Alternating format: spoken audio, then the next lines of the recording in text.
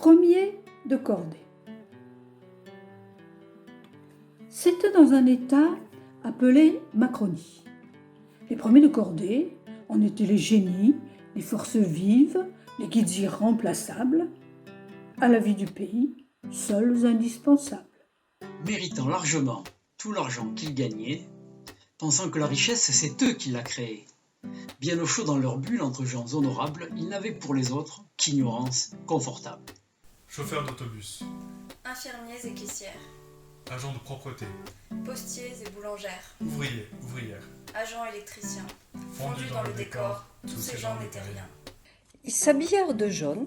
Au rond-point, c'est pratique pour être bien visible, discuter politique, réclamant bêtement plus de services publics, complètement impensable en bonne République. Ils avaient grand besoin surtout d'être écoutés. Trouver leur dignité et la fraternité. Dangereux extrémistes, casseurs, activistes. Tel était leur portrait dans la presse macroniste. Mais par un jour de mars, la surprise arriva. Le coronavirus était là. Beaucoup furent atteints, la peur se répandit. Macronie, débordée par cette épidémie.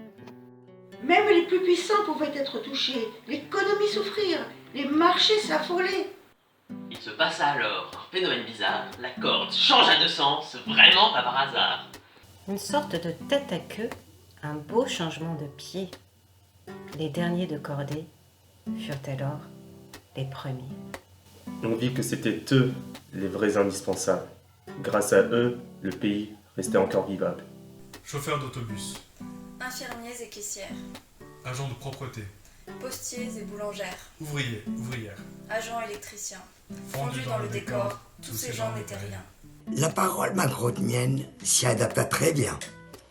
Ils furent encensés, modèles de dévouement. Alors pour les soignants, plus de lits, plus de gens, que nenni, des paroles et des encouragements. Sur un ton pénétré, ce sera suffisant. De son PC de guerre. Mes chers compatriotes, les services publics sont notre bien commun. La solidarité est notre seul chemin. Et bla, et bla, et bla, et surtout, bla bla bla. Ce nouveau président croit-il vraiment tout ça ? À vous de le penser ou de n'y croire pas. Si vous êtes sceptique, ne baissez pas les bras. On ne lâchera rien, confinement ou pas. Le combat continue. Attaque est toujours là.